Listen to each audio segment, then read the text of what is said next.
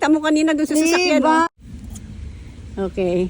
Hindi naman, o yan, nag-harvest na si Sister Gloria Okay.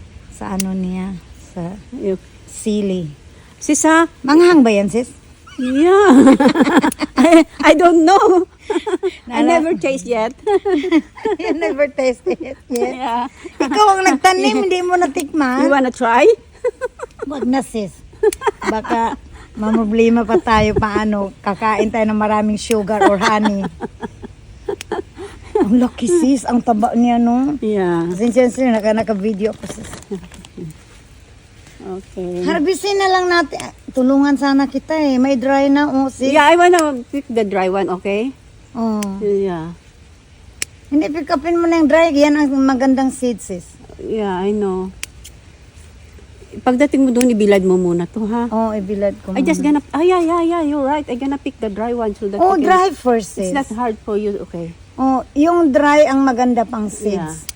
Padala ko sa Pilipinas yan, sis. Yeah, Alam mo ba, sis. sis, yan ang plano ko, sis, na, di ba nabanggit ko, nandoon ka pa ba? Sinabi ko kanila ni Pastor Jenna, yun ang gusto kong iano na business. Wala. Wala ka? Sinabi mo lang sa Tapos akin. yung lahat ng income dyan, tapos para mabigyan na rin ng trabaho, yung mga yung mga workers.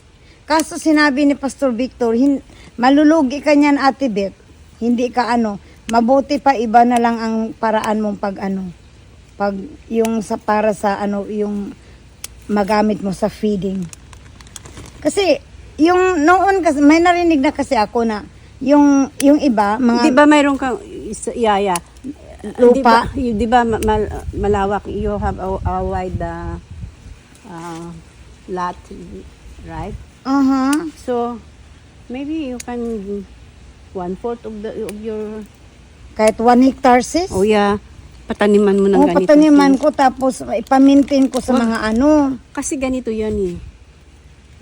Wag muna natin sabihin na una pa lang, yung sinais ayaw niya yung marinig yung mga ganon.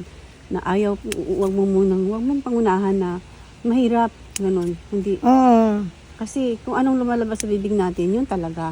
Oo, yung parang, yung bag, sis, parang gusto nang pumasok sa bibig ko, nagsasalita ako. Sabi siguro mabango tong bibig nito. Yung amoy ito, Mexican food. Kaloka kasi. Yung dry, sis, ang kunin mo, sis, sayang yan, sis. Hindi, ipa-dry mo na lang doon, sis. Pagdating mo doon, ibilad mo pa, okay? Bakit?